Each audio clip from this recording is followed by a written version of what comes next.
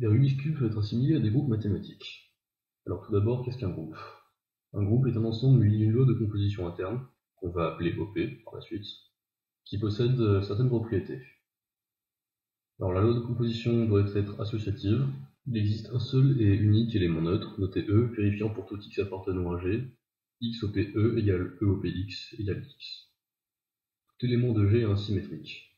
Pour tout x appartenant à G, il existe y appartenant à G tel que x OP y égale y OP x égale E. L'élément neutre est unique, un élément donné n'a qu'un symétrique, et le symétrique du symétrique d'un élément x est x lui-même. Un groupe commutatif est un groupe dont la loi de composition est commutative. C'est-à-dire que pour tout x et y appartenant à G, x OP y égale y OP x. Nous allons voir maintenant les liens entre les Rubik's Cube et les groupes.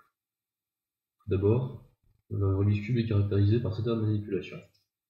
On note respectivement pour les faces avant, postérieure, gauche, droite, haut et bas, les 3 manipulations suivantes.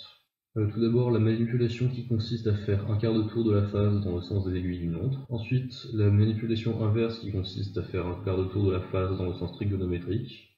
La manipulation qui consiste en un demi-tour de la face, qui est la manipulation carrée. Et la dernière, la manipulation identité, qui n'a pas d'effet sur le Rubik's Cube. Une manipulation suivie d'une autre manipulation est encore une manipulation. On peut donc dire que l'ensemble des manipulations est stable par leur opération suivie d'eux. De plus, l'opération suivie d'eux est associative. La manipulation qui consiste à ne rien faire ne fait rien, c'est donc la manipulation d'identité. Et chaque manipulation peut être faite à l'envers, donc l'opération suivie d'eux peut être assimilée à une loi de composition. On a donc vu comment, à partir de la théorie des groupes, on pouvait résoudre le Rubik's Cube. Donc maintenant, on va voir les autres applications liées à la théorie des groupes. Donc il faut savoir que la théorie des groupes est très utilisée en chimie. Elle permet notamment de déterminer à quel groupe de symétrie appartient une molécule. Donc en effet, les molécules de chimie qui sont très complexes peuvent présenter différents axes de symétrie et il peut être utile de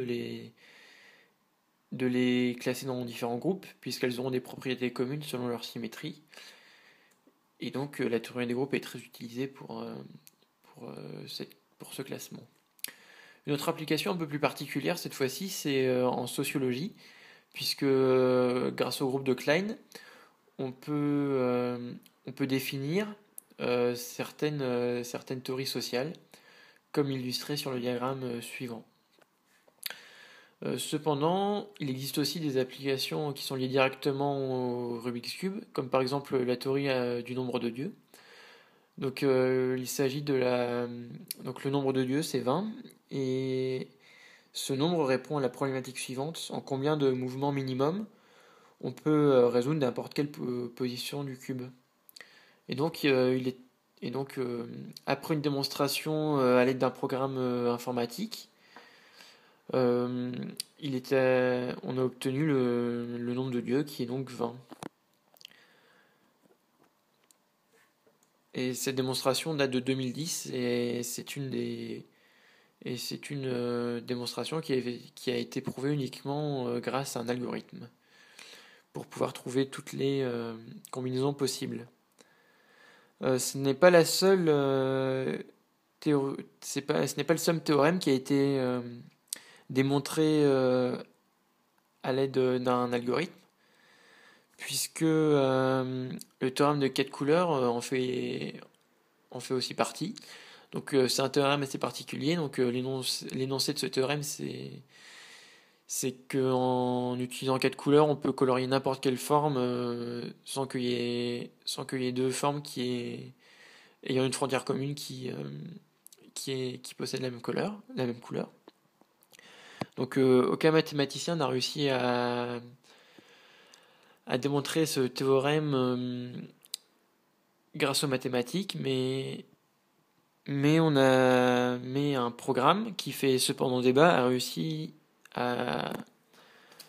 aurait réussi à prouver ce théorème.